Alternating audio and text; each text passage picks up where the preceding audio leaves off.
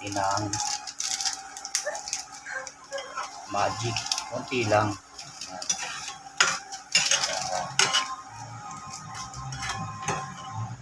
Lagyan natin siya ng paminta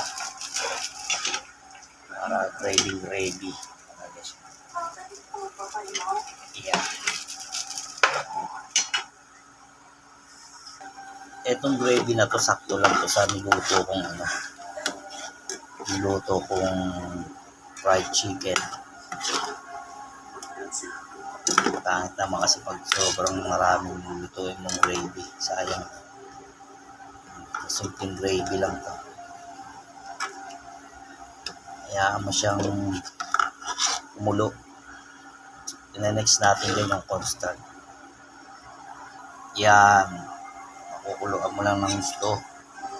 Lutuin mo lang yung bawang. Yung bawang.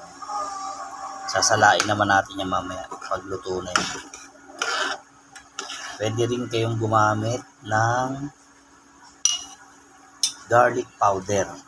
Pero pag wala namang garlic powder, pwede naman yung bawang, lutuin mo lang para maglasa yung bawang. Tapos pag luto na yung bawang, lalagyan na natin yung cornstarch para lumapot. Ganun lang yan guys, napakasimple lang ng luto na yan. Garlic lang yan, tsaka konting margarine, magic, tsaka paminta, at tsaka cornstarch. Susunod natin yan. Ayan. Lalagay na natin tong cornstarch. Okay, para maging gravy na. Ang sarap niya, juicy yan. Haluin lang, haluin. Juicy yan. Hanggang lumapot siya.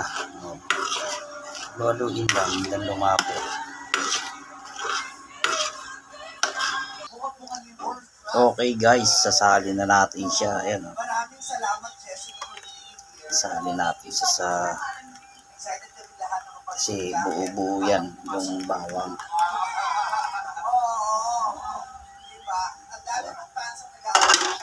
Buong bawang kasi yan. Yan na, may only gravy na tayo. Yan lang, ganyan lang siya.